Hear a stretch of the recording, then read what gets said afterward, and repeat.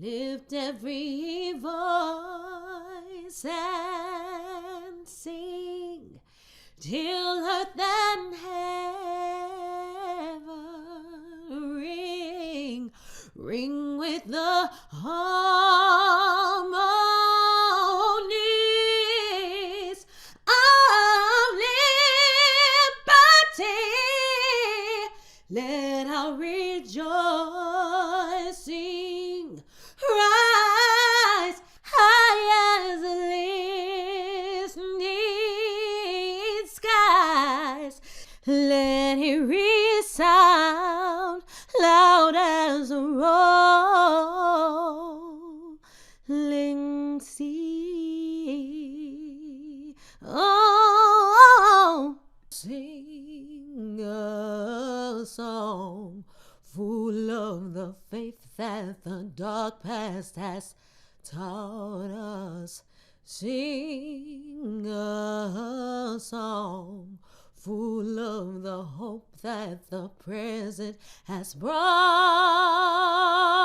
us, facing the rising sun of a new day begun. Let us march on till victory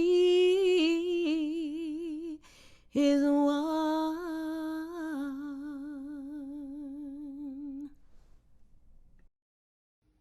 Hi, my name is Carla McCullough, and I am the creative behind College Reunion.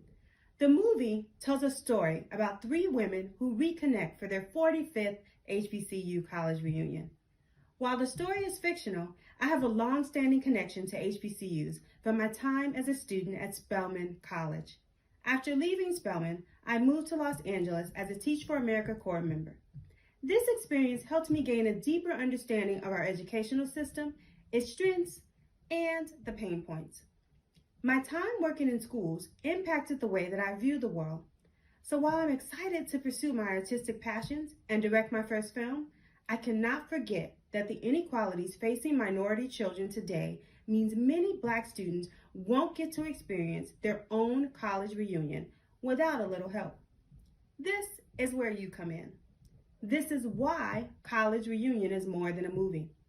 We want to use our platform to uplift underserved communities and spark social change. One of those communities is students in K-12, and specifically Black students. At the end of the 2021-22 school year, chronic absenteeism in California alone was at 30%. This means that 30% of the students statewide in K-8 were absent from school for 15 days or more. The percentage for Black students, more than 42%. For many schools, this data continues to be a reality halfway through the 2022-23 school year. College Reunion presents a unique opportunity for a movie to make a difference in the world, even before it reaches your screens. I invite you to continue watching to learn more about our mission and College Reunion. After all, why just make a movie when you can change the world? You feel it from the moment you enter our campus. It's a legacy of greatness. We are the Golden Lion family, committed to innovation and truth. We all come from different places, but now call the Pride Lands home. Whether it's the sciences, arts, or business, we're shaping the minds that one day will reshape the world. The University of Arkansas at Pine Bluff. Become a part of the Pride. Hi, I'm Shanequa Reed, one of the producers of College Reunion and its first AD. I attended University of Arkansas Pine Bluff. Who are you rooting for? UAPB, where I pledged Delta Sigma Theta sorority. Ooh, pinkies in. Sisterhood and recognizing Black culture are important to me. So I'm excited to be a part of the College Reunion production team. As Carla mentioned, College Reunion is a movie with a mission to its core. The threefold mission is to support students in K-12, uplift Black women, and spotlight HBCUs. We are declaring January 28th, 2023, our official launch, starting with our mission. This means we need you to call students in your family, neighborhood, and school communities back to school. We want everyone to have an opportunity at their own college reunion. An organization with a similar mission of supporting students on their way to college is the College Resources Foundation. Let's learn a bit more about their major event, the Black College Expo. Our series, A More Perfect Union, shows that what unites us as Americans is far greater than what divides us. And this morning, we highlight a trailblazer who's opening up new worlds of possibility. Jamie Yuccas introduces us to Teresa Price, who created the Black College Expo to help close the education gap in underserved communities and change lives. Routines get students excited about school, but each step at the Black College Expo is toward a brighter future, with students getting scholarships on the spot. Lauren Crawford recalls how the Expo changed his life. I remember growing up and thinking that if I wanted to make $1 million, I had to be an athlete or a musician. What Black College Expo showed me is that no, you can be an engineer. From valedictorian to PhD, Crawford is now a senior researcher at Microsoft and a professor at Brown because the Expo opened doors. I am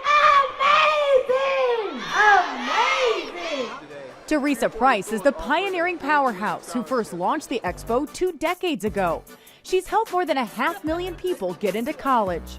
I just love seeing their eyes brighten up when they know they can do it. That's my warm and fuzzy, my vice, my everything. This is Price's second act after a successful career in radio and marketing. I thought I was gonna be a big record producer. I was doing deals with Clive Davis. God said, nope, this is not what you're here for. But I love it. Her mission changed in 1996. That's when voters passed Prop 209, banning affirmative action at California's public universities. I want to change the world. I don't like what I see. So instead of talking about it, what am I going to do about it? We'll figure it out. We'll figure it out. Fired up, Price harnessed her professional connections to create the first Black College Expo in Los Angeles. 35,000 people showed up.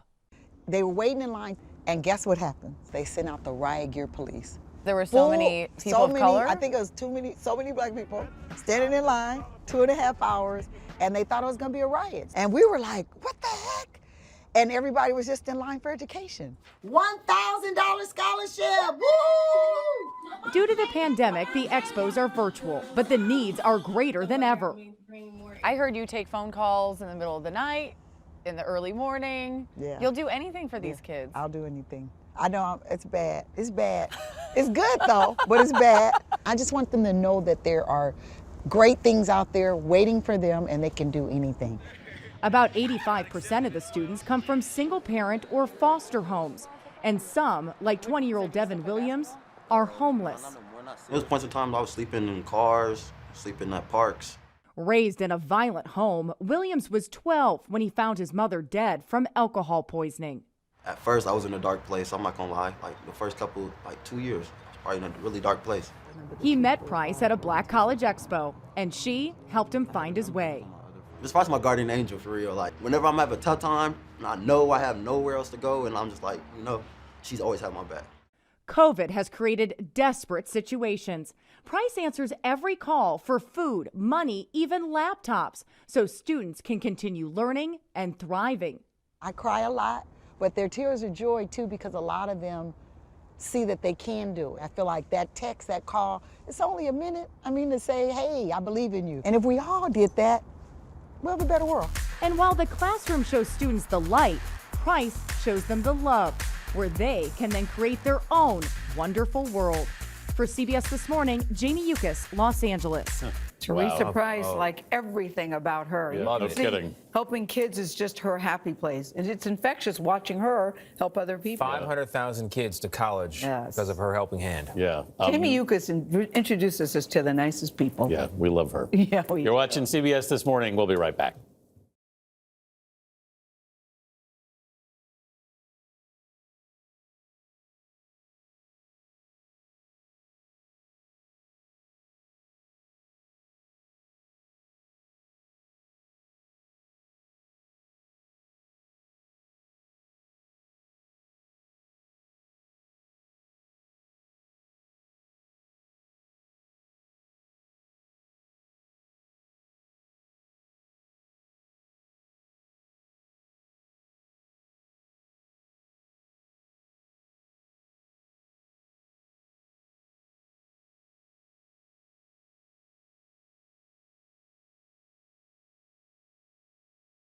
My name is Lauren Crawford. I'm a PhD in statistical science here at Duke University.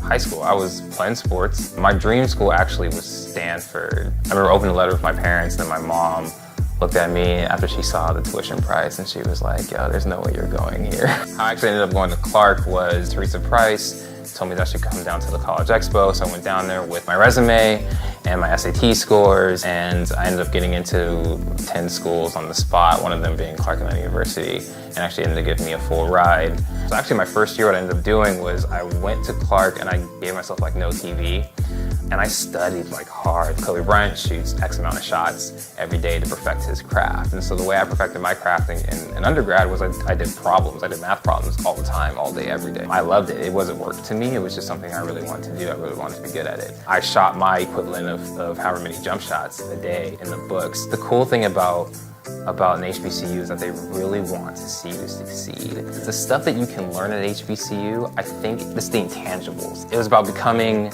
confident in who I am and knowing who I am. Being able to walk into a room with no matter who's in that room, me being standing strong in my convictions and knowing, you know, what I stood for and what I like to do and what my talents are, and being unapologetically who I am. That was culture at an HBCU. My mom had given me the advice that I should apply for grad school and just see what happens. And so I remember meeting this guy, Mike West, who was the director of graduate studies for my department here. And he was instrumental in getting me here. The best thing that he told me that made me really want to come here is he made sure that I knew that statistics and PhDs and academia and degrees and all these other things were only a small portion of your life. And that if I came here, that I would really get a better feel and a better balance of making me a well-rounded person. They pitched to me that they wanted to make me a total package, plus the stipend and the fellowship in Albuquerque. I wanted to be fulfilled in anything I did. Both of my grandmothers died of breast cancer. And so that was, you know, there's obviously an underlying motivation there. I want to continue to bring up new things that people haven't thought about before. I want my career to be about learning and growing and then progressing.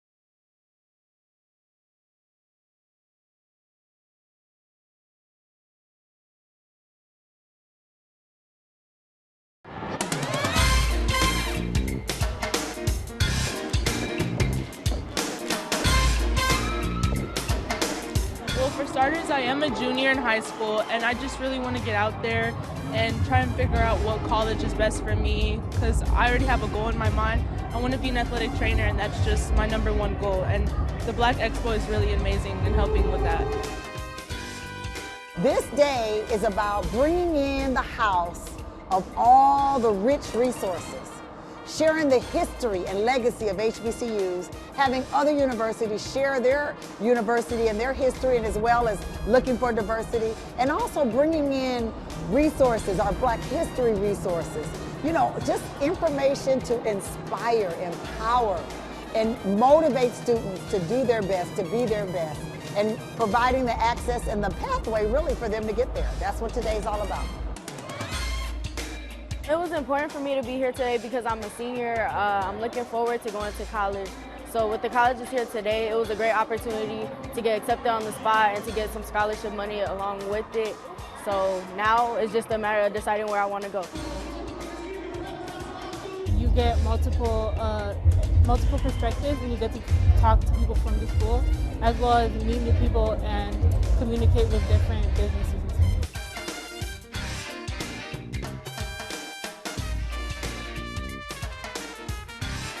We're happy to be here today to bring 5 busloads of students from Linwood Middle Schools, as well as our comprehensive high schools and our continuation schools, to gain information, access, college acceptances, and scholarships on the spot.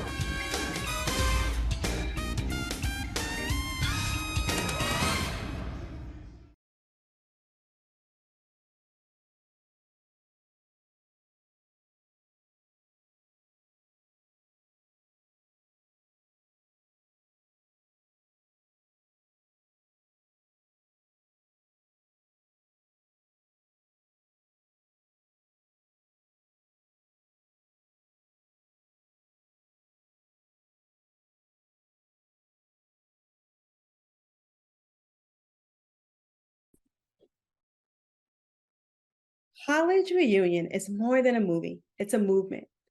In addition to creating an entertaining film, our mission is threefold. Within the film production and surrounding promotions, we will uplift Black women and spotlight HBCUs. Throughout this process, we will support students in K-12, specifically by highlighting nonprofits that help students get through their educational journey and on the path to their own college reunion. We can only do this mission-driven work with your help. Donate today to our tax-deductible budget. Your donation ensures that we can make a quality film and that we can include you in the process as we go. So keep watching to learn more and donate. Every dollar matters.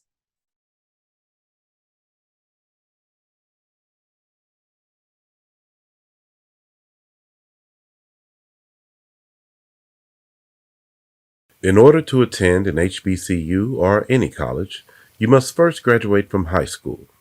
Since the pandemic, K-12 student attendance has been significantly impacted. This is why, to activate College Reunion, the movement, we are addressing the challenge of chronic absenteeism. We are excited to begin the production process for College Reunion, the movie, and we want to ensure that little Black girls and boys everywhere can make college reunions their reality.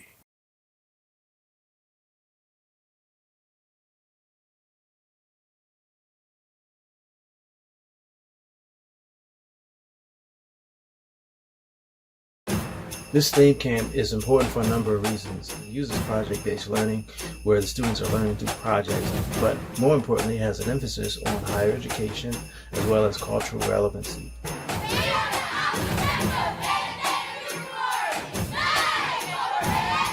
When the students came into the camp, most of them had no idea what HBCUs were.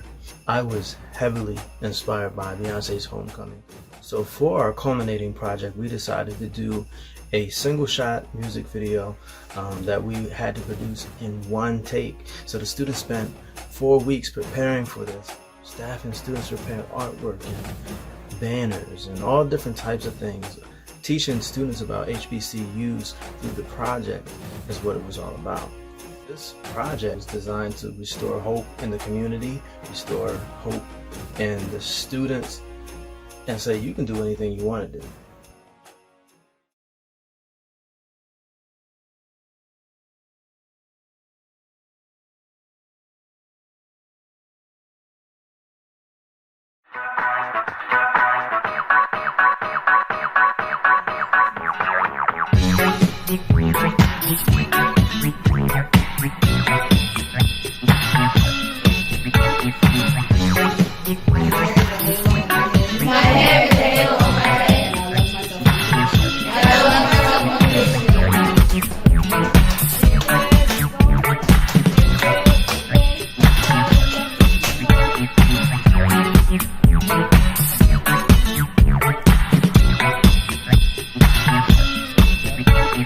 Work it, make it, do it, makes us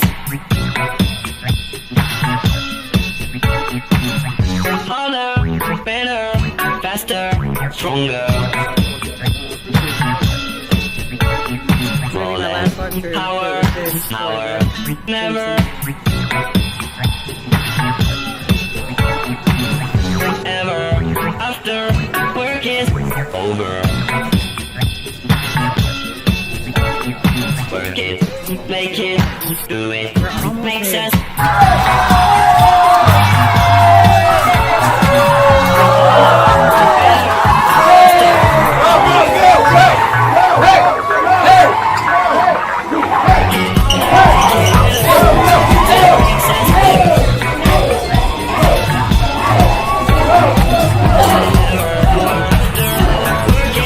They're coming.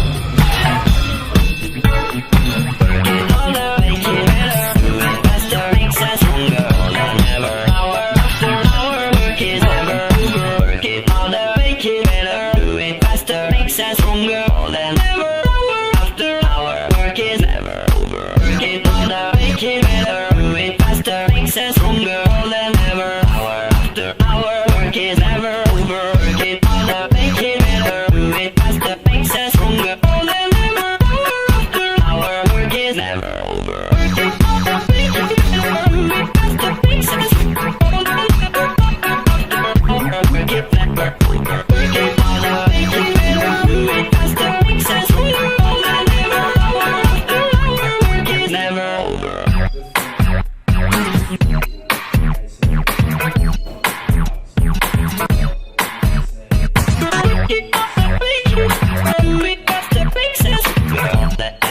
Okay,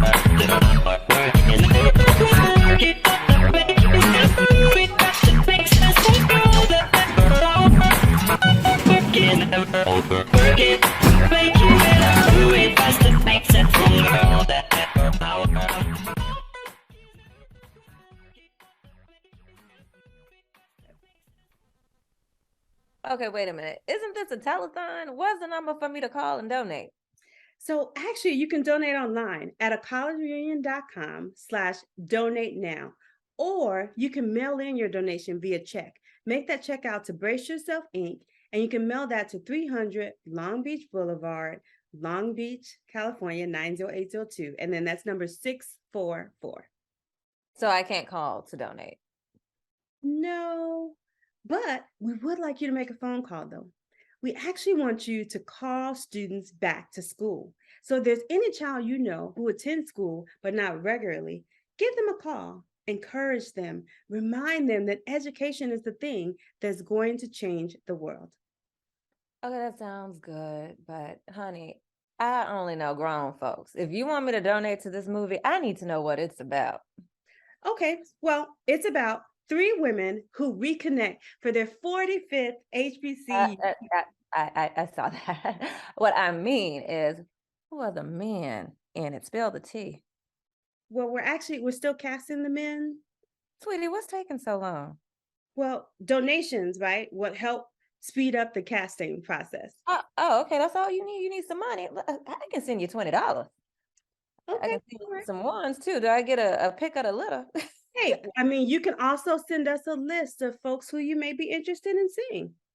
Really? Yeah, you have some suggestions? I do like Clifton Davis, Robert Townsend, Tim Reed's nice to look at. Oh, and you can't forget Keith David. Oh, you cannot forget him. All right, okay, we're taking notes. And we're taking donations. Don't forget the notes, take the names, take the money, because I got it, baby. It's gonna be fame. Love it. Thank you. Every little bit helps. Donate now.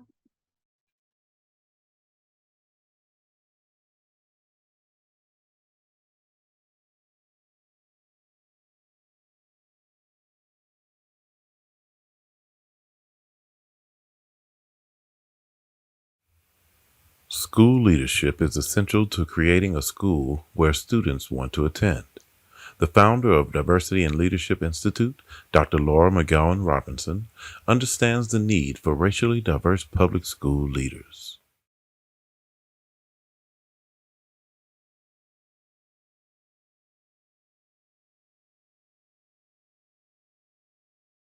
My name is Laura McGowan Robinson. I am the founder and CEO of Diversity and Leadership Institute.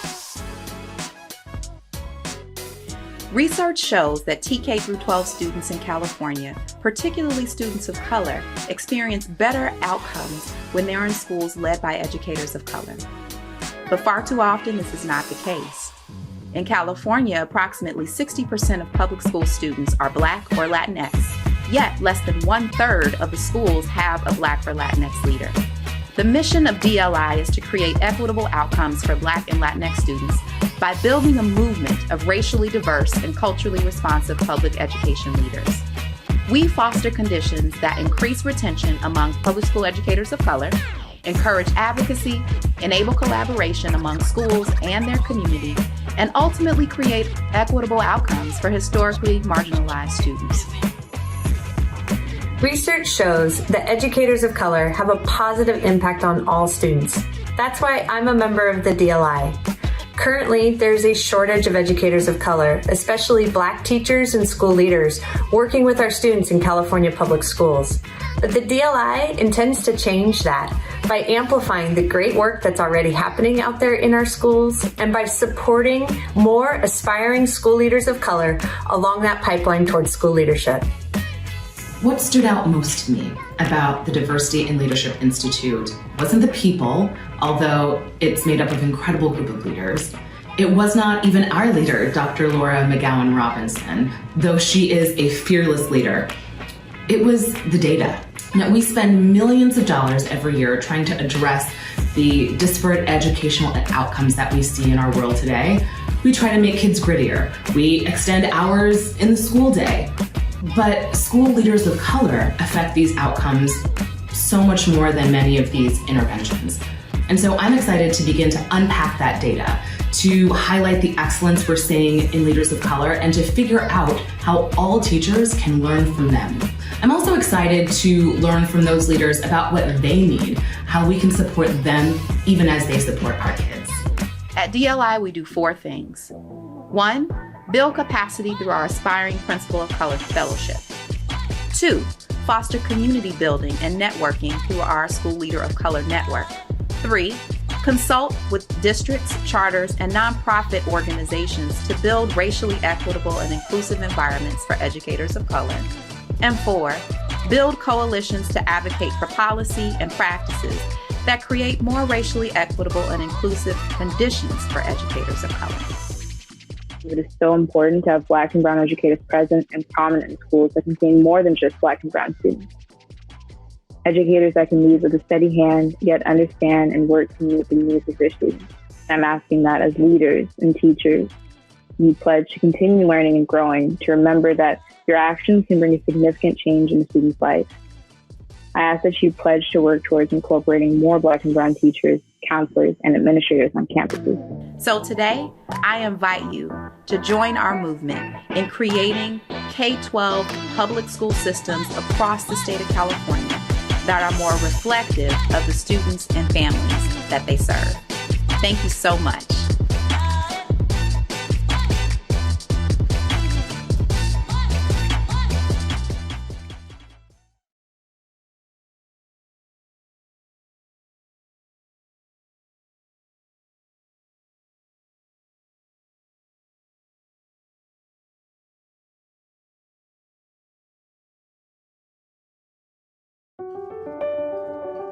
There is a lot of problem in our education system. There is no quality of education being provided, especially our students of color are underserved, underrepresented. They have been highly marginalized. I wanted to be a leader because I'm like, I can actively see this problem. People aren't actually doing what they need to do to fix it. So maybe I can help facilitate this process. And I want to make sure that they're not lost in these numbers. DLI was birthed through my own experiences being a leader of color and often finding that I was one of few or the only person of color in rooms with other leaders making decisions about kids who look like me.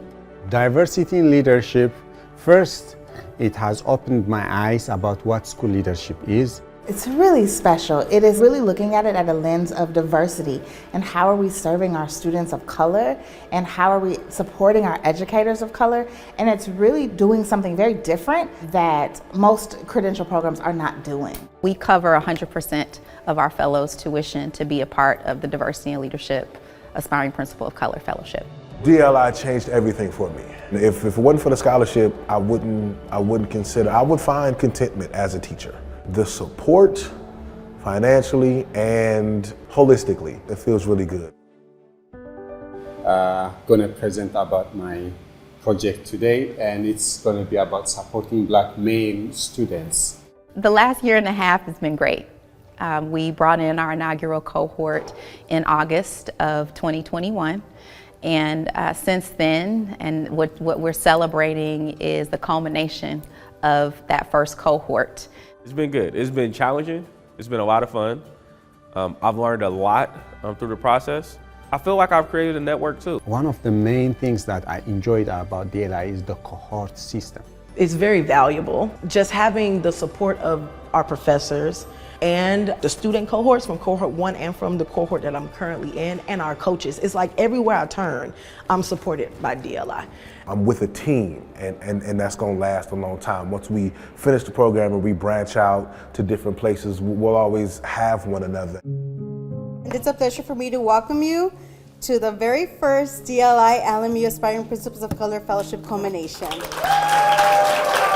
It's amazing to finish. It's amazing to be able to do it with a cohort. When I first got into the program, I wasn't ready for actually getting into the school system and being the leader there. I wasn't ready for the principalship.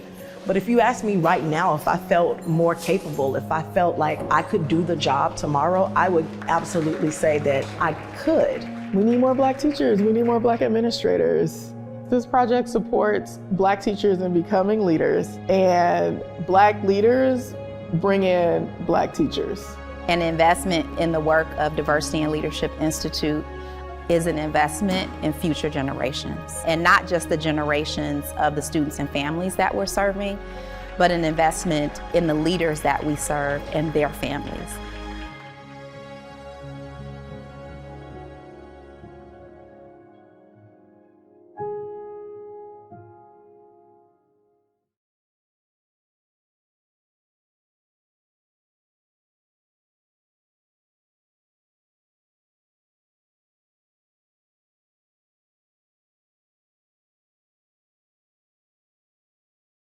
Hi, my name is Portia Smith, and I'm one of the Los Angeles cohort fellows of the DLI program.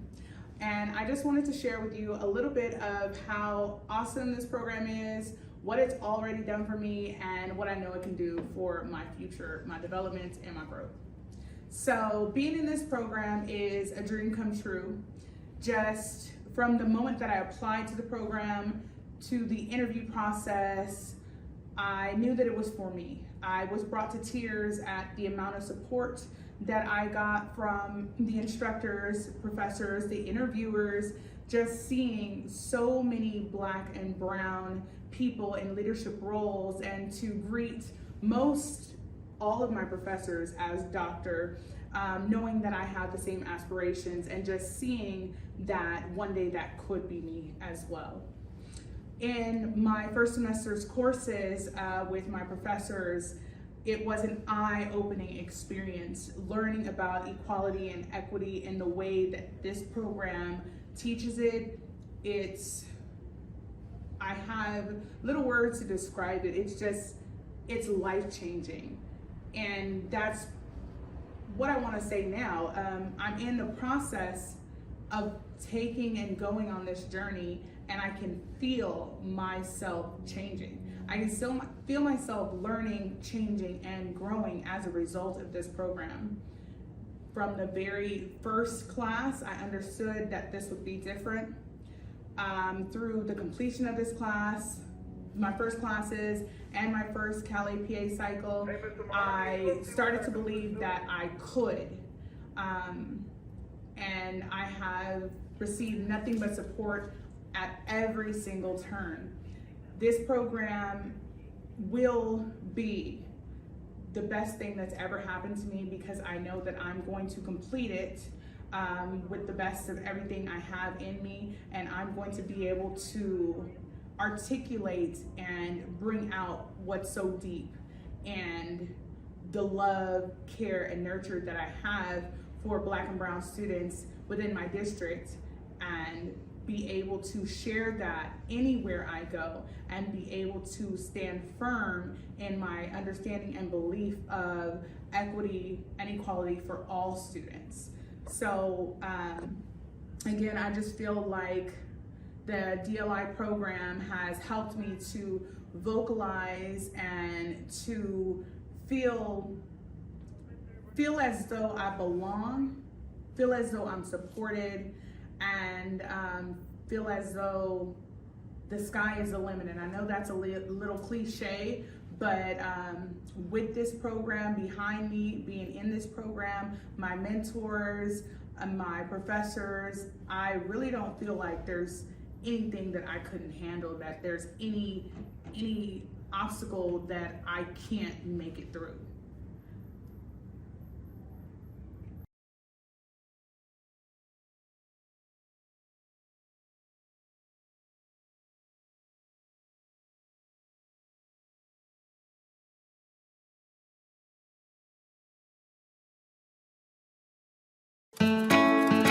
Michael, did you fix your bike? I became a teacher because I was inspired by a teacher. When I was a grade 6 student, I saw you outside. I don't want you to miss learning. I have always wanted to promote quality education, making sure every student have access to what they deserve. So I wanted to impact and influence many more students And that can only be possible when I am in a leadership position. Hey, Michael, you're the best vice principal ever. Thank you, thank you.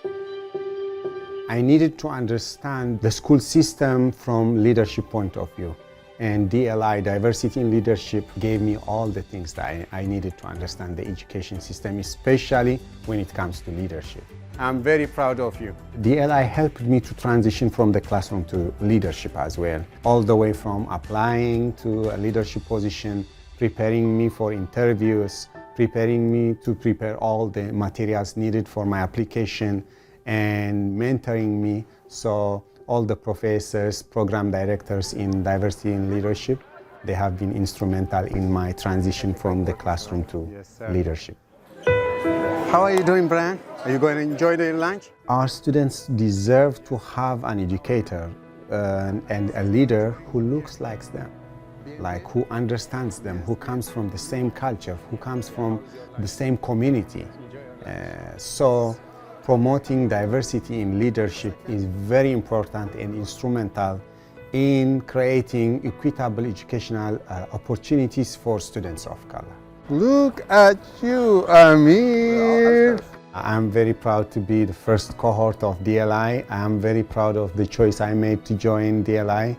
And for those who are planning to go into educational leadership, DLI is the place to be.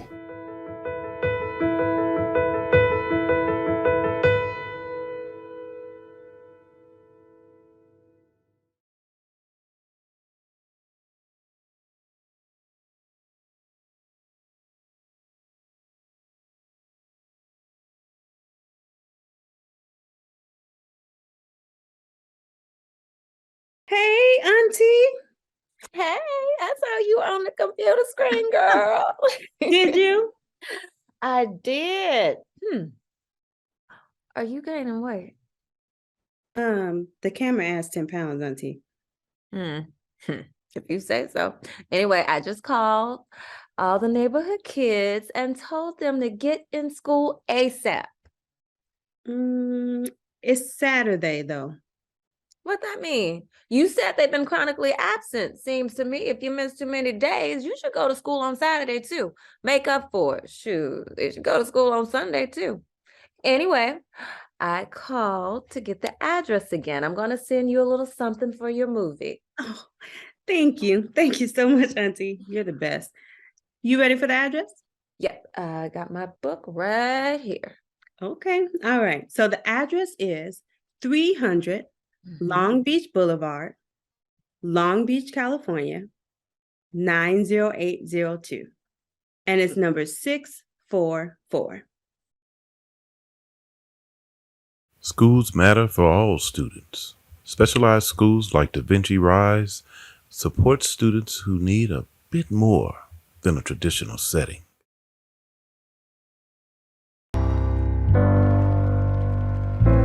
In a city with such high numbers of homeless youth, such high numbers of foster youth, there's really no other option but to create something that is going to be different, something that's going to really rethink the needs of those communities. And the work that we're doing is really to provide equity for communities who have never seen that. I went through the foster system. We got taken away from our mother. Come on, guys. Growing up without a mother and a father, I kind of knew that I need to do stuff on my own, and it was time to catch up on my credits, and I knew school was the way. So I came back to school.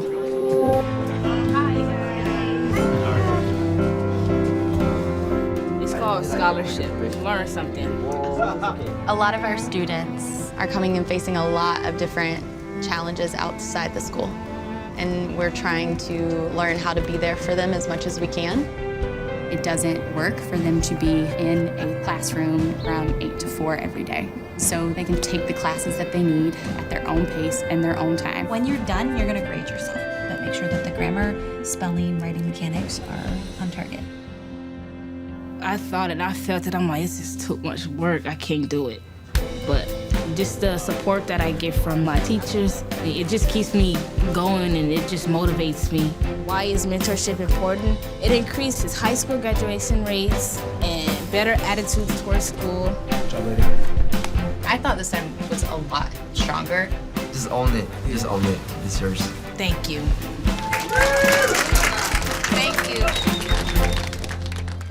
What does it take to access you when you're not stable, when you're transient? So we're thinking about a mobile learning center where we can travel with students or students can access us at different points. This school can really change people. I was antisocial. I didn't smile at all. I didn't speak. And I really wasn't coming to school. Now I come to school every day.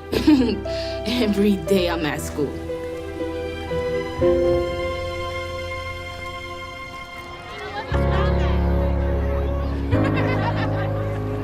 proud of graduating. I'm proud of the kids I'm around. I want everybody to graduate. Thank you for helping shape Rise into not only a school, but a place I can call home.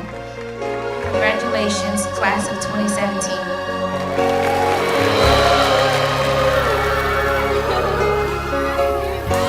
School is success. That's the future. That's the way out. That's the key. Welcome, Aaron. Thank you. Yeah. Thanks. So I want to start off with something that, anyone who watched our episode with you and then maybe Googled you will probably come across an LA Times article with your face all over it. And at the ripe old age of 26, you were featured in the LA Times along with your co-founder of Rise, Carrie Croft. So shout out to Carrie. Because you had just recently won the XQ Super School competition to get startup funding to kind of launch and create Rise, right? So give our audience a little bit of a sense of what that process was like and kind of what it means to be an XQ Super School. Absolutely. Yeah, it was an incredible experience, and it really fast-tracked us into becoming school leaders and becoming cognizant of politics and the world around us. But I would say, first and foremost, Carrie absolutely founded the school. She wrote the petition and began drafting while she was at Harvard. And so then during that time, we were having conversation about the youth that were not being served well. And so I jumped on right when she came back to LA and started working with the Vinci schools. And so through that, we started to get groups of people together, most importantly, students who were in the foster care system or who had experienced housing instability, along with attorneys. We worked with Children's Law Center. So every student with an open case goes there at least once a week for court or once a month for court. We worked with School on Wheels. So we had incredible partnerships that helped us really rethink how education could best meet the needs of youth who are homeless foster. And then later on, we realized that probation was a part of that cycle. We did not originally have that as the population that we were actually intending to serve. But what we did know within the first few weeks of serving students is that if we could really kind of create a school that was positive and affirming and rigorous and powerful for youth in foster care or who are experiencing homelessness, it would be a great school for any kid. And so I think having that be the bar and understanding that allowed us to move forward.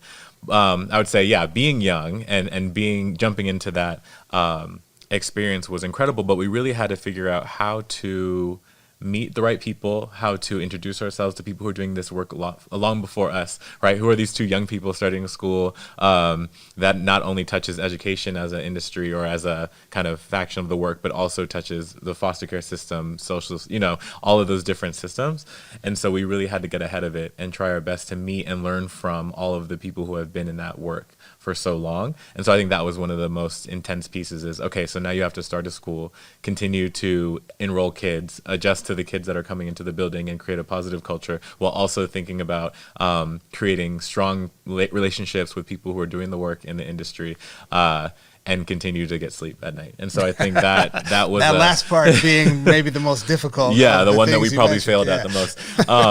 It has been incredible work and continues to be, but we're still juggling all of those things at once because it's important. I think being young in this work, we had to take a learner stance. We could not come into this as people who had an idea fueled by youth and just say that like we are the only ones who have this idea or the only ones who can do this. We had to come into it, with the understanding that there are people who are doing this already. And I think what we had to offer was how do we unsilo these really incredible organizations and people so that youth can experience them all within one powerful way, versus having to travel and move from one place to the other to talk to their social worker, to meet with their attorney, to then go to school. And so then they're being punished by all these systems for having to run around them. And so RISE hopes to create one safe haven where all of these systems are in place, where the social worker can come to the school, the attorney can come to the school, the teacher is already there, and so that youth can get one experience and be able to be students. So maybe you can share a little more about like what that actually looks like, right? People, RISE is a relatively small school. You have 100 or so students at each site, so about 200 total, and 2 different sites currently, although may be expanding. Maybe describing a little bit about like the MHT, the mental health team at the school, because it's just different than a like typical public school. And like when you count up the adults on campus and how many of them are teachers versus how many of them are people who do more sort of case management, and I don't know if that's the right language to use, but who help kids with the other stuff in life. And your students are all dealing with lots of other stuff in life. Maybe tell us a little bit more about like really what that looks like and how that maybe makes RISE special and different. Absolutely. I mean, I guess to start with staffing, since that's kind of where the conversation led, is we have a mental health team, which is an outstanding group of professionals who from a social worker, counselor, psychologist, who are all there to support our kids. We have amazing behavior interventionists who support our students with anything from anger management to coping skills to learning how to collaborate and work in a collaborative environment, when a lot of our students are coming from probation settings, from juvenile justice settings. And so what does it mean to create strong, healthy relationships? And so we realized very, very quickly that we actually needed an entire staff to support students with the things that were taken away from them, given the system of moving from place to place, given the system of trauma that they've been a part of. And so I would say staffing is the most important piece of the puzzle. I think often we don't think about what's under the soil. What are the emotions? What is the trauma that are leading to the actions? We just think of actions. And often as in education, that is where we can reach, is the actions, right? So let's punish this with a suspension, let's punish this with an expulsion, but we're not realizing the way that the system has actually created these actions and these experiences reading from trauma. And so that's the first piece. We also realize that foster youth on average are switching schools, at least once a year. And it's happening all the time. And so when that happens, they're often losing months and months and months of instruction, and then they're often getting punished for being behind in school. Yeah. And so how are these systems having blind spots, or just things that we're not paying attention to or intentionally ignoring, that are hurting our youth? And so we have flexible scheduling to ensure that our students don't need to disenroll when they have stints of court dates or different things that are going on. They can continue to do that. We have a lot of pregnant and parenting teens, so flexible scheduling allows them to have a job, often on our campus through internships, but also offsite if needed, so that we can say, like, we can prioritize your needs. You do not need to disenroll because you're in survival mode right now. We're actually going to pull you in and we can help you with that. And so another part of the model is co-locating with organizations that have done the work longer than us and who have instilled roots in the community. And so that allows us to kind of fast track trust and serve the kids that we are seeking to serve. And so I think at RISE we really focus, and we have the ability to focus on that too, because the mental health team trains our teachers and our teachers train our mental health team. And so now there is no silo worlds of this is what educational standards and what I'm expecting you to reach, and here's what social emotional skill sets I'm expecting you to reach. Actually, we realize how intertwined they are because our staff is intertwined and they understand each other and they communicate. And so the soil being that holistic piece, the grass being the behavioral, the manifestations of that soil, right? If the soil is dry, then the grass is going to look a certain way. If the soil is rich, the grass is going to look a certain way. But without that soil, the grass isn't there. And so I think often in education, we're taught to behavior manage, right? What is behavior manage? The behavior is the secondary piece. So we're just managing the top. We're not actually getting to the soil, to the pieces that started it. And often that's where we are told that that's where your job ends. You can't control what happens at home, right? That's like something you're told often as a teacher. But what can you control in terms of checking in on your students and where they are, and what kind of grace can you provide a kid who's been through a lot? And what if they could tell you what they've been through? What if they could tell a peer what they've been through? And what kind of space can you create in your classroom? And then from that grass, right, and that soil is where the actual flower grows. But we know that until those two things are healthy, there's no flower, right? There could be a seed, but the flower is not going to start growing until those things are healthy and taken care of. and then the sun being their ultimate goal, right? And so like, what is that process, and how do we start there? And so I think if Rise can at least share that mentality with educators across the nation, and we know that that exists in other places, we don't think we created it per se, but really make it something that is normative, right? Where we know that youth have experiences that lead to their actions, that then lead to their ability to learn, that then lead to their ability to reach their goal. We go in the reverse of that. And so I think that is the huge piece with beyond the model, beyond the staffing. That's what we hope to share with the world, is how do we see the youth as their full person and allow them to bring their whole identity into the room so that we can work with it and support them and empower them accordingly. The core of our work as educators is being about like helping to bring forth life, right? And you know, not in the birthing sense, right? But in the sense of like that, you know, who you are when you're 5 and who you are when you're 18 or 21 when you leave the system is the difference between a seed and a rose, right? If we do our job well. Right. And so, so I, you know, that certainly resonates with me. And Aaron, I want to thank you again for sticking around for this this episode extra with us. You know, I think the work that you and Carrie and the team at Rise are doing is critically important work in our field and in our city. And just appreciate you coming on and sharing a bit of that with us today. Thank you. Yeah. Appreciate it. All right.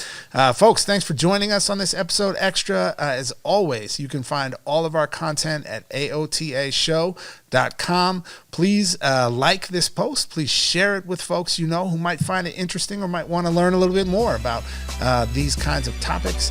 And every little bit you do helps us get the word out. So thank you for joining us, and we'll see you next time.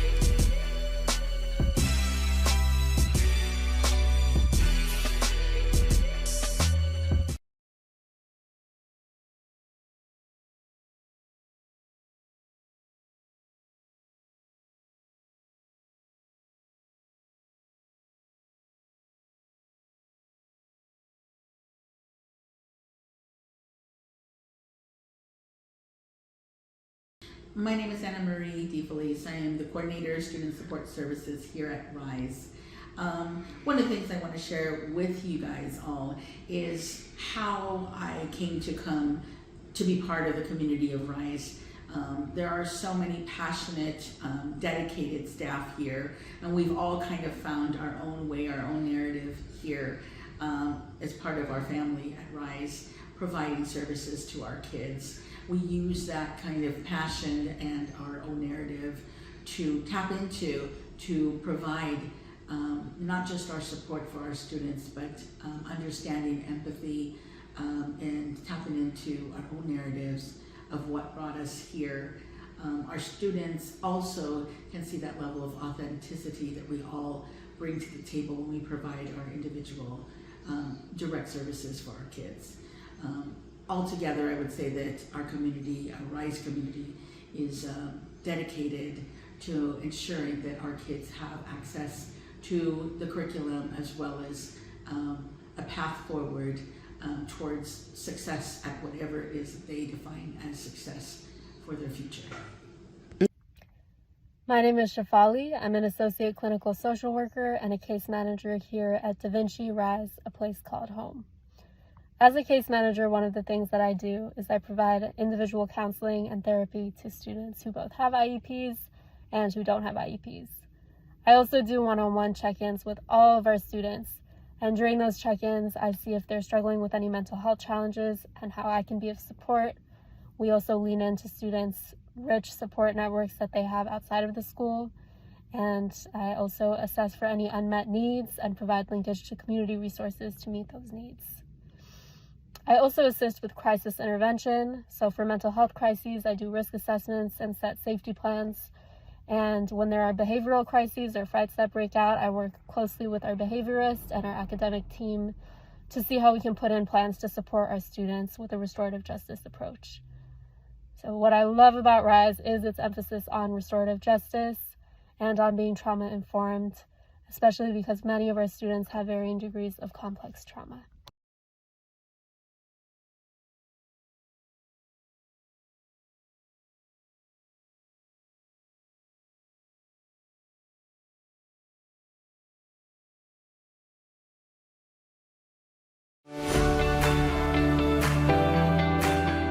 Today's a really exciting day for us. We are hosting Assemblymember Isaac Bryan and a representative from Senator Kamlager's office. We have a lot of students here being able to tell their stories and how RISE has impacted their journey and why RISE deserves to be a resource for not only students within Los Angeles County, but really nationally.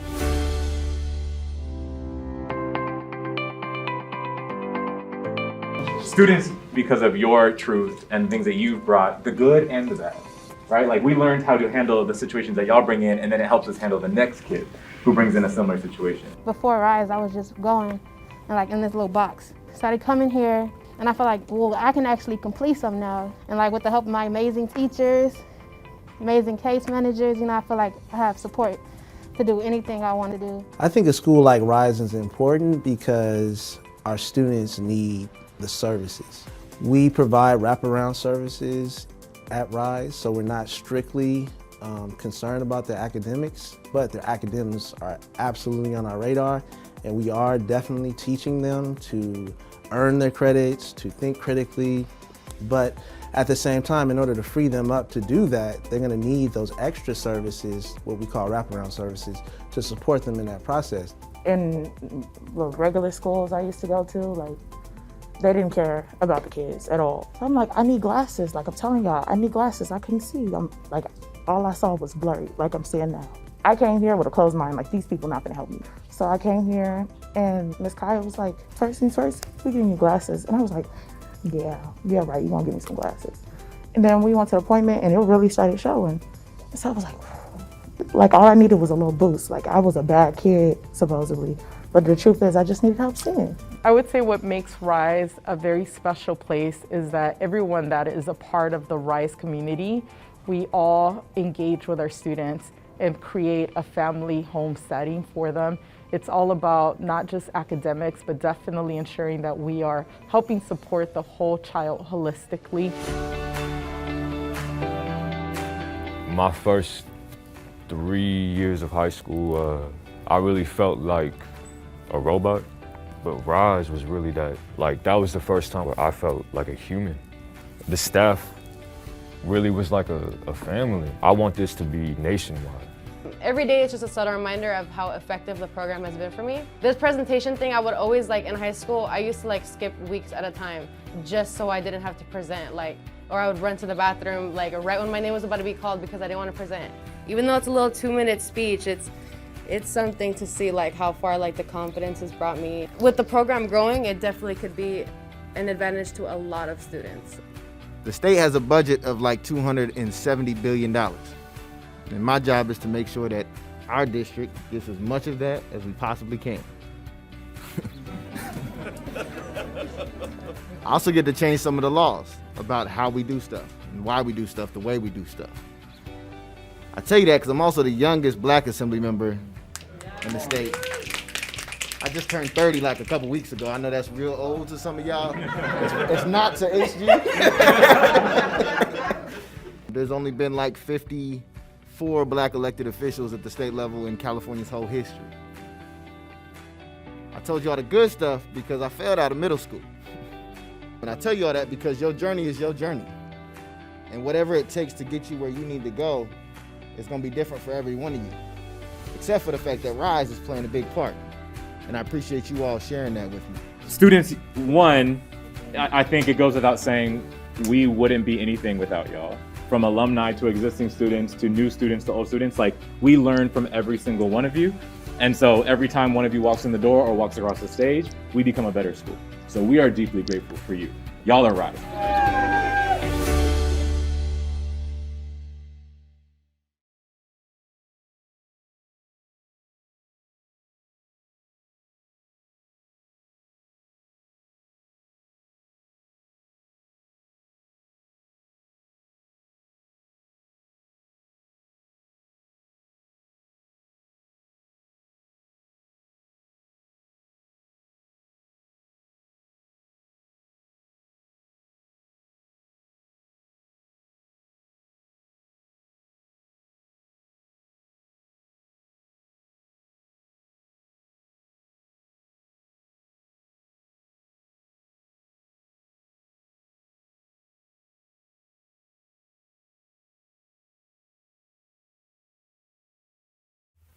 Teachers are at the heart of a school team.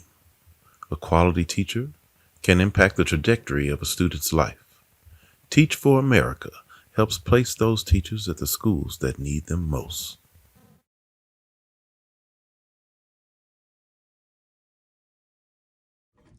Hi everyone, I'm Lyda Jennings, the Executive Director of Teach for America Los Angeles, or TFA LA as we like to call it. I can't tell you how excited I am to be part of this event. I want to start by thanking the very talented Dr. Carla McCullough, who is an alum of Spelman College and of Teach for America Los Angeles. She's a former high school principal, she's a CEO of her own company, and she's the director of the Movie and the Movement College Reunion. Carla, thank you for inviting TFA LA to be here and for your continued commitment to educational equity. And thanks to all of you for caring enough about our city's students to participate in this telethon event. I never thought I'd be that lucky to be in a telethon, but here we are. At TFA LA, our first promise is to students that regardless of race, income, or social identity, they will have an excellent teacher who provides them an opportunity for them to learn, lead, and thrive. We recruit outstanding and diverse leaders to teach for 2 years in a public school where they work with the students who are most impacted by educational inequity and oppression. Now, we refer to these teachers as core members, and our core members receive resources, training, ongoing coaching, and professional development from our local team so they're able to make a difference from day one in the classroom. Now, after our core members finish their first 2 years, they become Teach for America alums. But that's just the beginning of their impact. Many continue teaching while others expand opportunities for students as advocates and leaders across a wide range of sectors. Since 1990, we've placed almost 4,000 transformative teachers in schools across LA.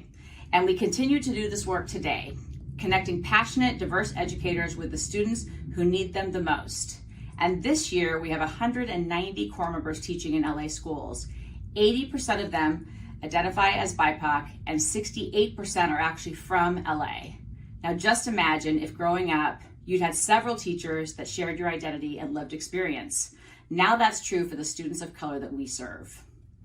Today's event brings together two of our city's most powerful forces, the entertainment industry and Teach for America.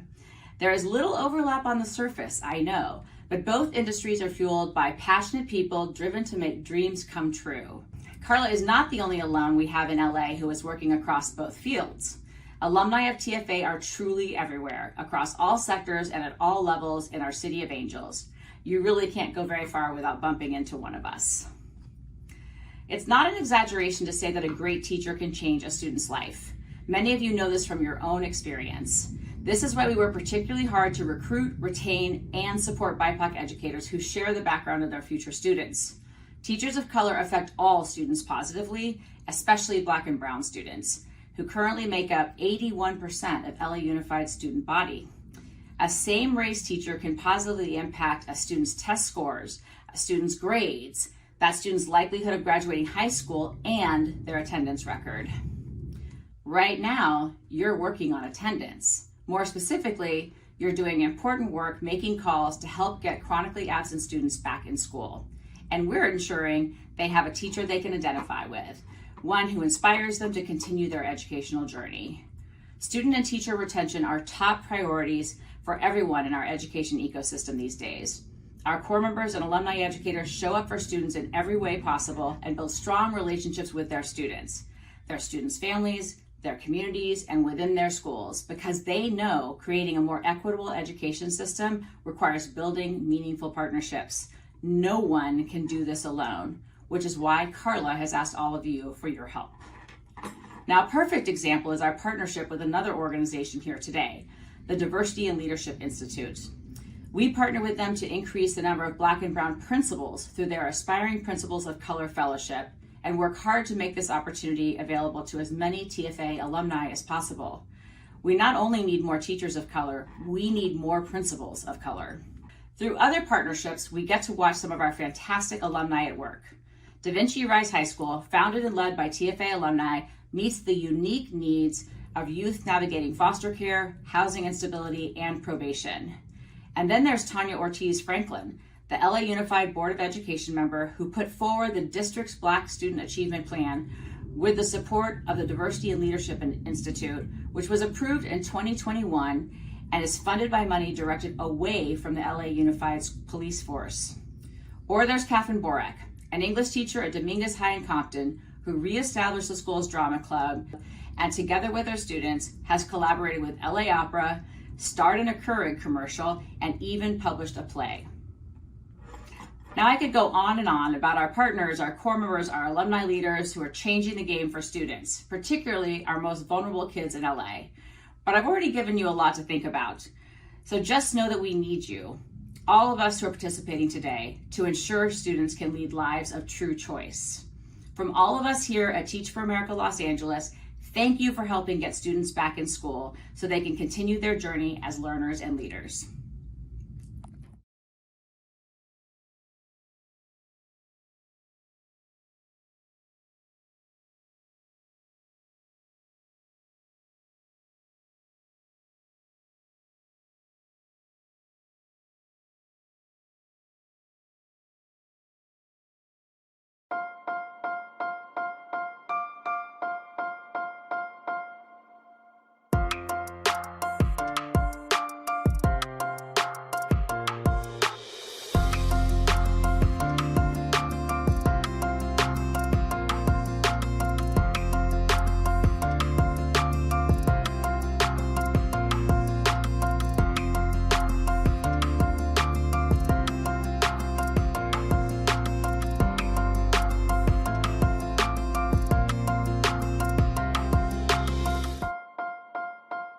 Hi. Hi, Kendrick. How are you doing, Miss Johnson? Oh my God, Kendrick Michael Jones. How you doing, honey? I'm doing good. How are you? Good. I'm staring. I can't believe it. Likewise, you still look the same. I look the same?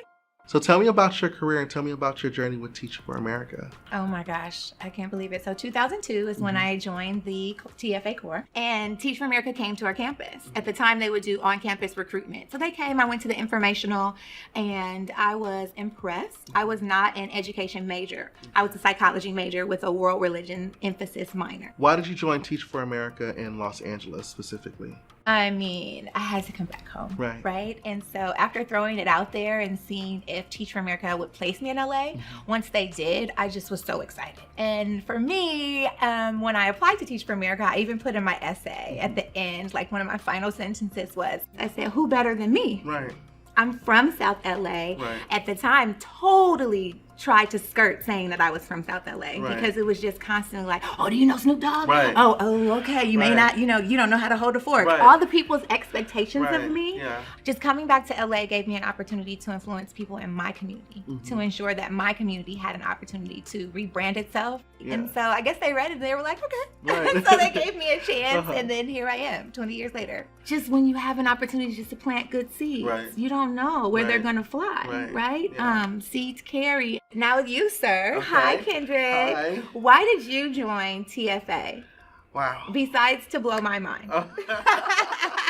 I joined Teach for America because I had an amazing teacher such as yourself, and when I was in the 5th grade. However, afterwards, all of the teachers that I had unfortunately did not look like me. And that was something that is a narrative that we constantly see in urban education, especially when it comes down to Black men. We are very low when it comes down to representation in classrooms. So I wanted to be different. I wanted to give, students a fair representation of a Black male teacher in their classroom. I saw the opportunity to join and I took a leap of faith and I got accepted. Absolutely. Yeah. I love that. I know what type of teacher you were for me, but what kind of educator were you striving to be? But you knew me back then, and it was all about just, are you being yourself? Right. Are you showing up authentically today? And because we had so many weights and heavy burdens that I just wanted to be a place where my students felt safe. Because when you're safe, you can learn, right? When you're safe, you can fly. At the end of the day, I knew that once you came to school, that was really all I could control. I can't control what happens when you go home or what happens on the yard, but I would always say, bring your full self or check yourself at the door, right? And just create an atmosphere where we could all just thrive together. I just wanted my scholars to be able to have choice and just to feel safe, right? So that would be the best way I could sum it up. And of course, I pushed y'all hard. Yeah. You know. I was relentless. What can I say? What kind of teacher do you hope to be? If I can be half of the teacher that you were for me and my classmates, I think that I will be doing a good job. I remember, especially when we were going through all the things that we were going through back then, it was a lack of understanding of me culturally. And I felt like in the classrooms, a lot of teachers don't really focus on us as cultural individuals. Yes. They more so focus on us as students and then also as standards. And I didn't want that for my students because that's not what you gave me. So that's the type of teacher that I would like to be. Oh, stop it. Oh my God, that was too much right there. What were your goals for your students like me? I mean, Kendrick. I mean, president, honestly. Commitment to whatever you needed to ensure that if you needed support, I was there when I could be there throughout your journey. Right. So many scholars don't get a choice. They don't. You know, it's like, oh, I only got into one school. Right. Congratulations. Right. But having an opportunity to have gotten into multiple schools allows you to sit back and have a completely different type of processing. Right. And that's success. What are your hopes for your students or students in general for the future? One day, my students will be able to walk into a classroom and see themselves positively reflected in the curriculum and the lessons that they're learning, rather than constantly being reminded of the oppressive history that they come from as it relates to this culture and in this society. Oftentimes, teachers try to teach students from historically marginalized backgrounds by implementing their histories from this society standpoint, but they did not realize that in them doing that, they were actually reminding me of the trauma of my culture. Come on! I want to make sure that my students are able to see themselves positively. It helps them engage more. Absolutely. Yeah. What type of influence can a great teacher have on their students? They can have a lasting influence. I would say that the influence that you had on me Don't make me cry. would be that you taught me about college, you taught me about higher education, you taught me about HBCUs, you exposed me to a different world of how African American students are reflected in this world. It always comes back down to that one teacher had an influence, and that's you. So. I can't. It's the foundation. This is why we do it. This is why we let our edges go. You know what I'm saying? This is what happens when you support Teach for America. You have an opportunity to see the pipeline like this close, and also to make teachers really excited.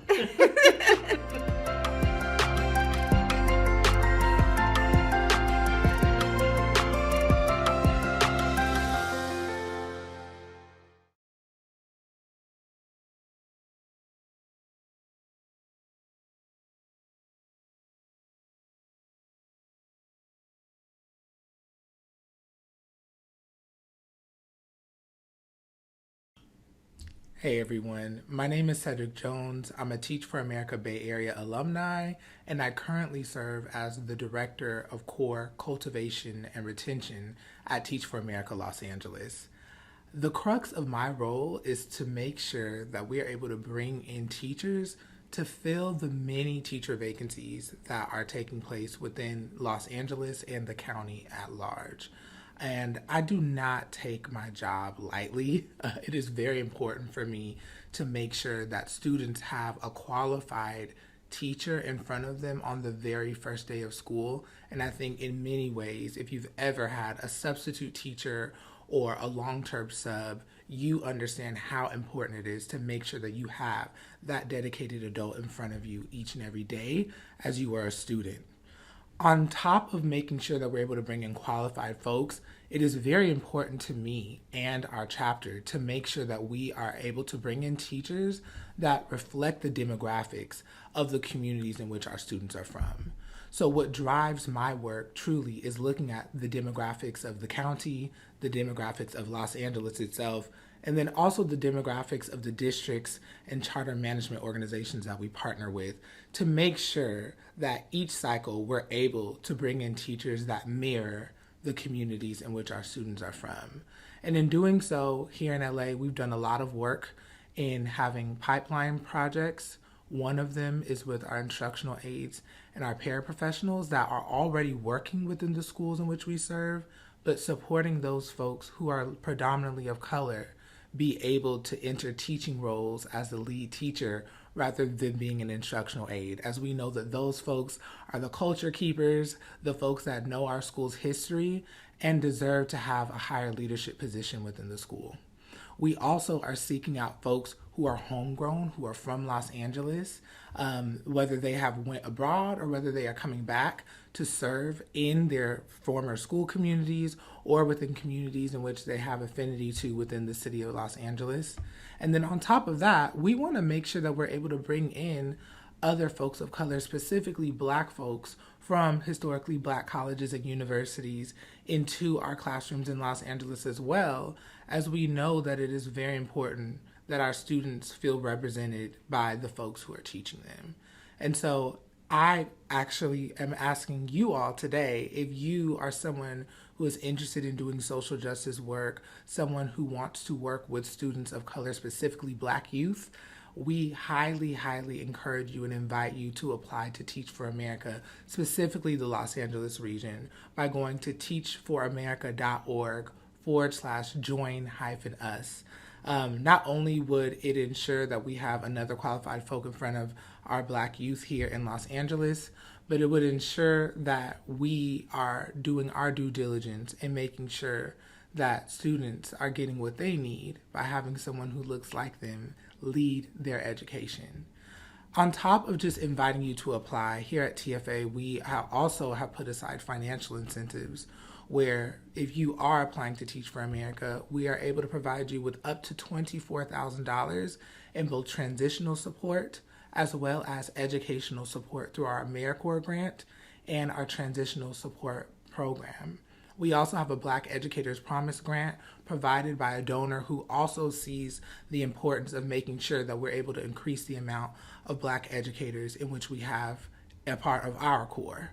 As a former Black teacher myself, and in this work of recruiting Black teachers, I recognize that while I was in the classroom, I was only one or a part of 3% of Black male educators in this country, which has driven us to partner with organizations such as the Teachers Village that is focused on targeting and supporting Black male educators within support roles be able to attain their teaching credential. So again, if you are interested in joining this movement, we highly encourage you to go to teachforamerica.org/join-us, and I look forward to connecting with you further.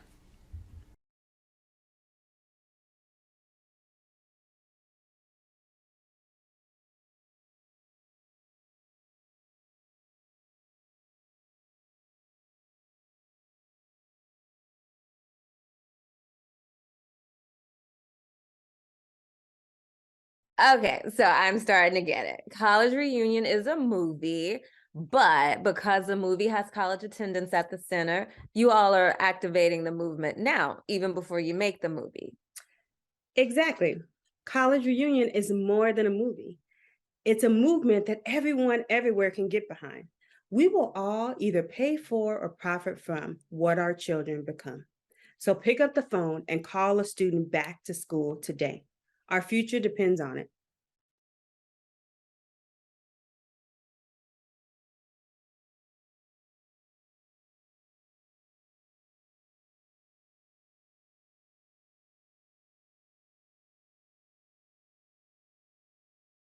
Teachers are on the front line of school support for students.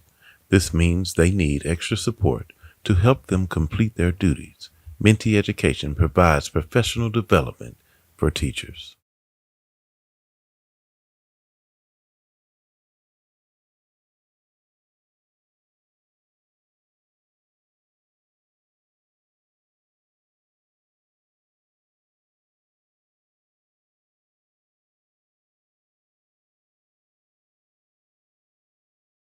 Hey folks, this is Dr. Kiana O'Leary, proud CEO of Minty Educational Services, here to invite you to the 2023 Equity Ingenuity Conference. That's right, it's going down here in H-Town on April 1st, 2023 at the University of Houston. We're so delighted as we celebrate and honor educators and administrators who are leading and facilitating the charge of equity-centered education in their classrooms and on their campuses. And we have a special treat as Dr. Bettina Love will be this year's keynote speaker. At the end of this video, be sure to scan the QR code so that you can register and save your seat. We bring greetings of Southern hospitality. We're going to have some fun, and we can't wait to have you here in Houston, Texas.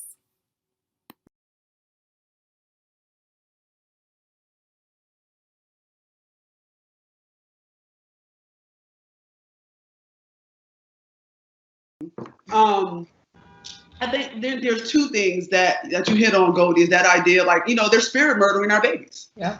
Right. Every day you walk into the classroom with all of these things that Goldie and Dee have talked about, and it's on you. That murders your spirit daily. And then the other thing that I would say is that it's something that I've heard social justice lawyer, social movement lawyer, Derek Parnell say, this idea of managing inequality.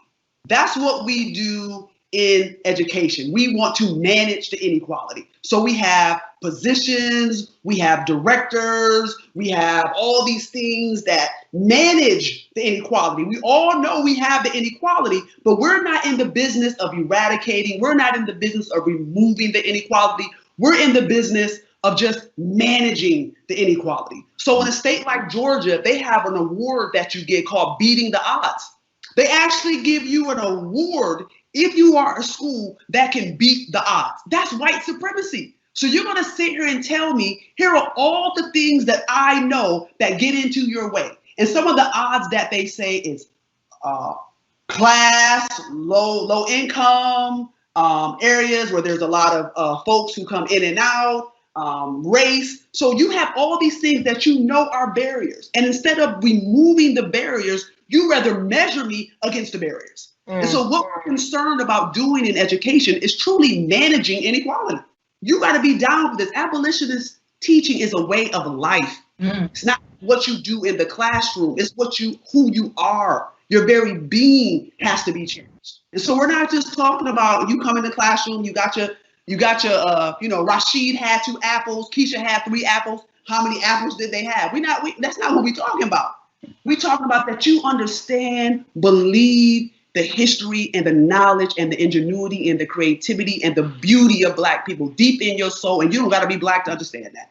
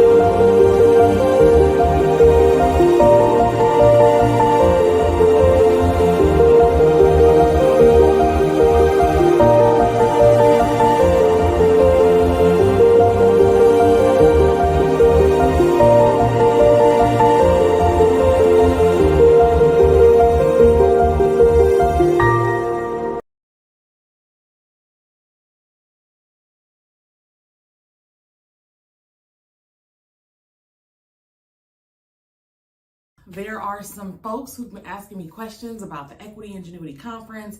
And so I took a few questions and decided that I'm going to answer them here live with you. So this is unscripted, unedited. I'm just going to be raw and uncut so that you guys can hear from my heart why we decided to have the Equity Ingenuity Conference. So first question we have here, my little question bucket, is what to expect if I attend the conference? That's a really good question. We want to make this experience more like a workcation, right? So we're having it here in the beautiful city of Houston, where we have so many good Southern cuisine areas to eat.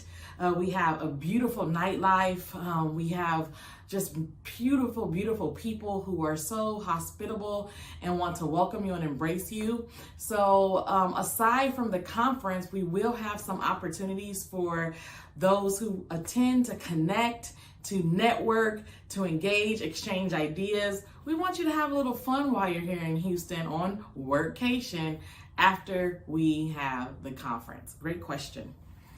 Next question here. Let's see, let's get a good one. This question says, why did you begin the Equity Ingenuity Conference? Good question. I was tired of going to educational conferences that really focus on equity, but the people who were the boots on ground weren't the ones leading the discussions or facilitating the conversations. And so I wanted to have a space where educators who are in the classroom, principal and school leaders who are leading the charge, where we hear from them, right? The practitioners who are doing the work in the K-12 landscape. And so at the Equity Ingenuity Conference, the way it's set up is we have folks who are going to receive an Equity Warrior Award, and those awardees will have 10 to 15 minutes to have, as you will, their own platform or TED Talk, as you may have it, to really discuss what are some of the practices, the policies, and some of the things they have in place to really, really, really uplift equity-centered education in their classrooms and on their campuses. So yes, we wanted to create a dynamic space for our soldiers on the ground, our boots on the ground, who are actually in the classrooms, on the campuses, doing the work, versus hearing from our theorists or some of our scholars who are researching the work, but may not be the practitioners. All right, next question. What is Minty Educational Services? I'll give you the short story. In 2020, after walking away from my practice as a school principal, I decided to take some time to really get back to my own core values and to really identify who I was, not just as a school leader, but as an educator, as a mom, as a community member. And so I opened up Minty Educational Services after watching the movie Harriet, when and at that point I learned that Harriet's original name, or her birth certificate name, was Arminta, and her family called her Minty for short. So really inspired by Harriet's story, really gave me the liberation and the empowerment to open up an educational firm where we provide diversity, equity, and inclusive training to teachers, educators. And then for students, we provide them with student agency training, which really empowers them to have voice and to really take ownership of their own educational experiences. And so we train and we get the opportunity of meeting educators all over the nation. And that is how and what Minty Educational Services offers, amongst other services such as webinars that we host, and then again the conference that we are hosting. Good questions. Last question from one of our audience members is, will you be speaking at the conference? I actually will be speaking at the conference. I have somewhere around here my new book, which is Lead with Truth. And I will be speaking a little bit about the inspiration of what it is to be a leader who uses truth as a companion, as a friend, to kind of talk to truth. What are your truths? What is your identity? What do you bring to the table? What are your assets that are uniquely you, so that you can walk in empowerment to be 100% you 100% of the time.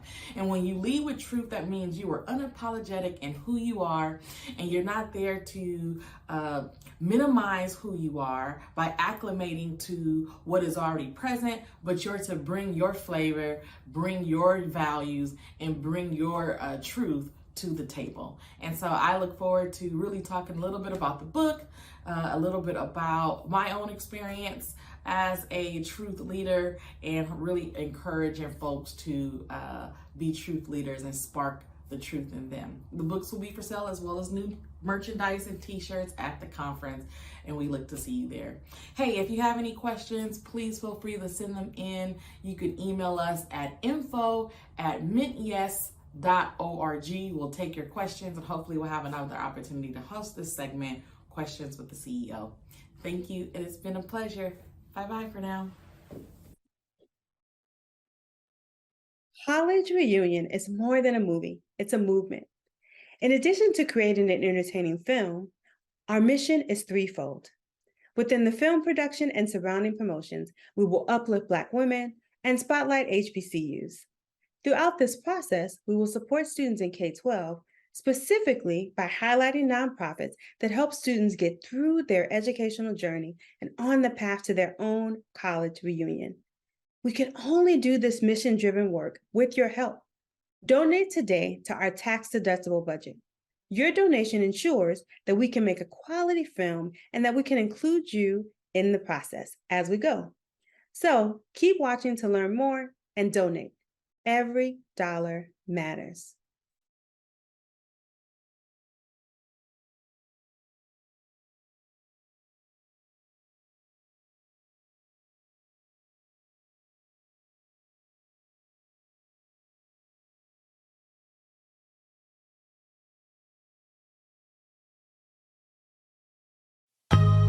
Do you believe in me? Do you believe that every single one of us can graduate? What we need from you is to believe that we can reach our highest potential. We need you to believe in us.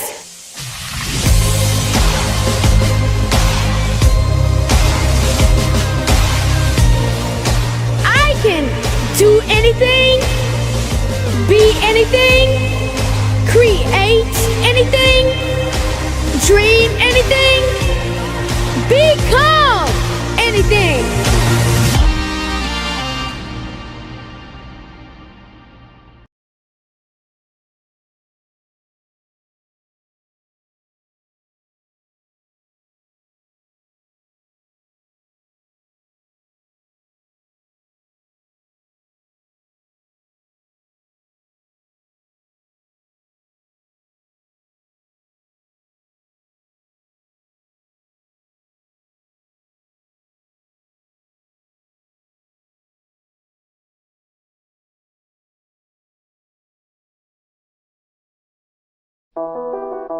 Picasso once said this. He said that all children are born artists. The problem is to remain an artist as we grow up.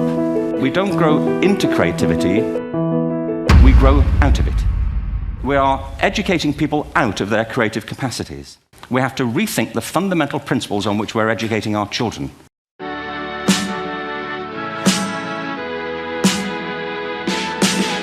Creativity now is as important in education as literacy. Creativity is the process of having original ideas that have value. All kids have tremendous talents, and our task is to educate their whole being by seeing our creative capacities for the richness they are, and seeing our children for the hope that they are.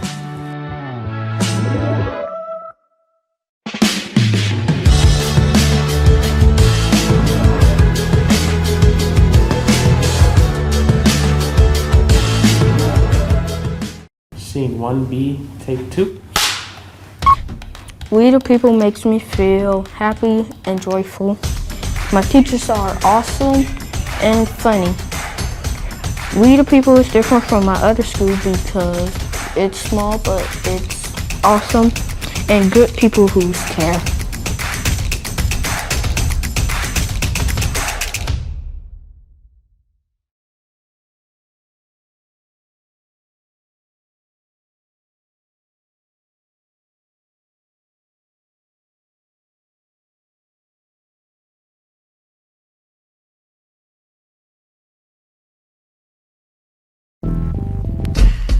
When Avi was ready to transition from homeschooling to regular school, we had a list of charter schools we wanted to visit. We the People was the first one, and needless to say, it was the last one we saw. As parents, we were looking for a school that would continue to nurture her love of learning. I'm happy to say that Avi, and along with several of her peers, are currently attending Long Beach City College. Without a doubt, we know that this was the best decision we made as a family, and we will continue to support their school.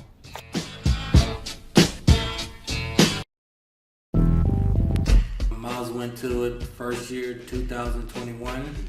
He loved it. He liked the activities, the things that they did. He flourished, and it's hard to even get him to not want to come when he's sick. Since he's been in the school, he's done like a poetry slam. He's been going out with friends. He's just utilizing everything he got from the school.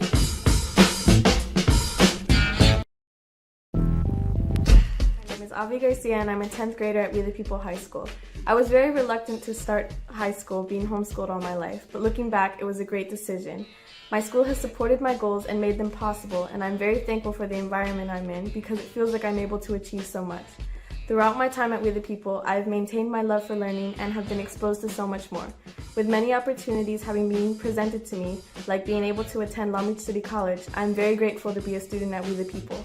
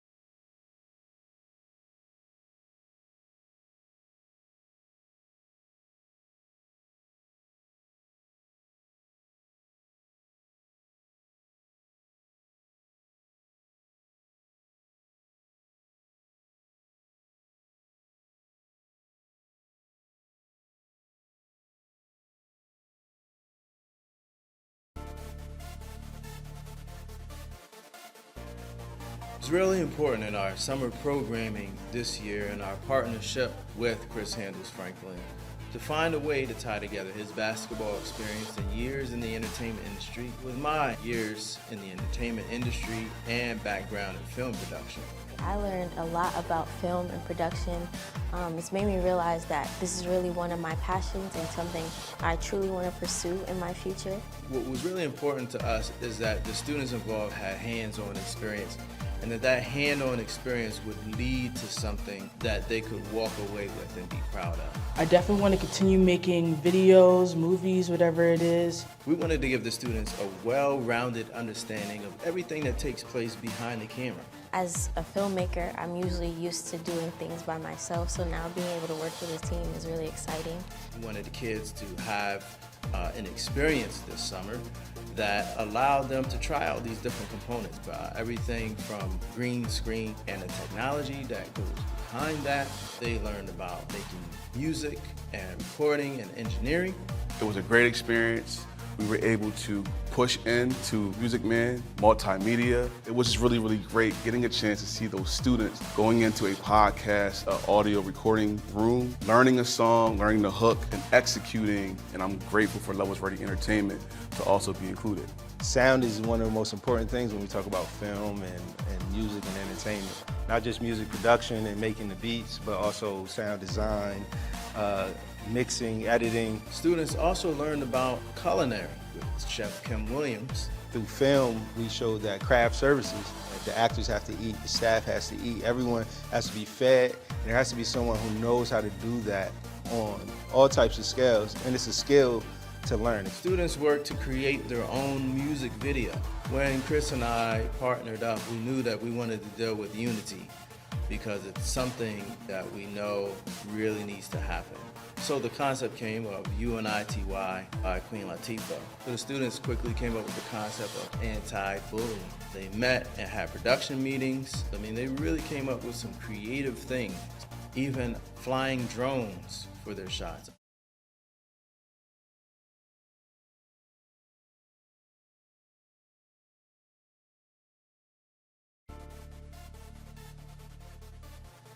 The summer's been absolutely amazing. One of the highlights of our programming was our Direct Connect program. And in the Direct Connect program, it's really important to give students hands-on experience in the real world, working in an industry. I mean, the truth of the matter is that I could stand in front of them and explain how things are on a set, how protocol and all that, and none of it would matter unless they actually really did it. We're very excited to partner with Chris Handles Franklin for our Direct Connect program. Through Chris Franklin and Handles and Sampson, we were able to get students real-world experiences ranging from red carpet events and interviewing celebrities like Scarface, D.L. Hughley. I never imagined that I would have interviewed like someone as big as him, especially like one of my first interviews. It was really cool, and I definitely stepped outside of my comfort zone. It was also exciting to get students out into the field and film a live concert, especially with one of my favorites, Drew Hill. We also had a chance to partner with YPOC and Open Stage for the filming of Black Newsbeat episode, where students were live on set and able to help run a live show on a 3-camera setup and a real live experience. That's something you can't teach unless students actually do it. I always wanted to be part of the experience, and I'm so glad that I was given the opportunity to be a part of the experience. The vision for the Direct Connect programming in the future is to get these students as production assistants on set, on major motion pictures, and getting them involved firsthand, whether or not it be concerts or events or event coverage. Our goal is to get students out there and directly plug them in.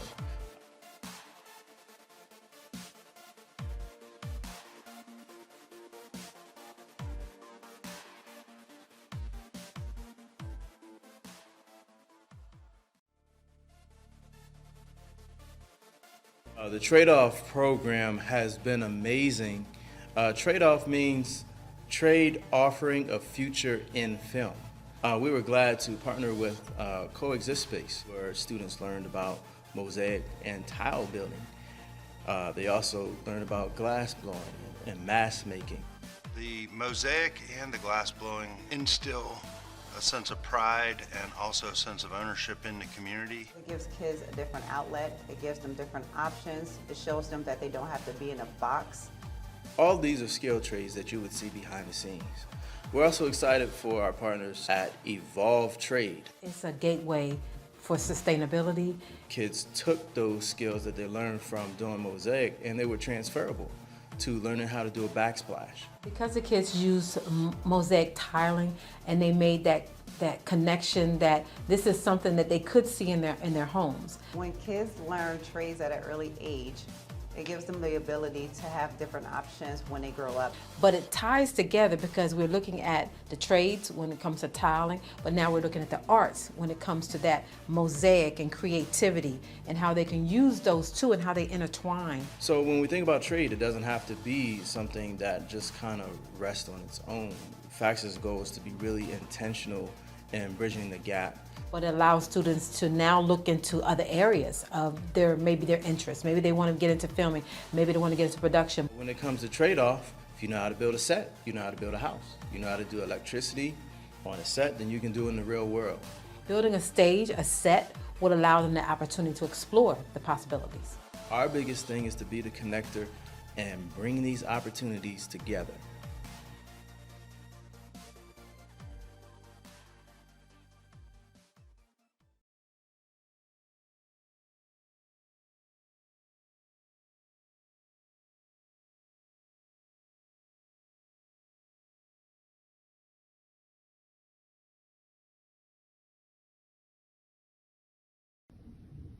So what's next, you ask? Quite a lot. This is actually where we commence, meaning that this is just the beginning. As second semester gets underway for many schools, we want each of you to continue to call students in your village back to school. Education really is the thing that will change the world, and this begins in K-12. Remember, with your help, any child that wants to can one day have their own college reunion. Continue to call students, continue to donate, and join us back on this channel in February to begin following our production journey. After all, we are making a movie, and with your help, we're changing the world.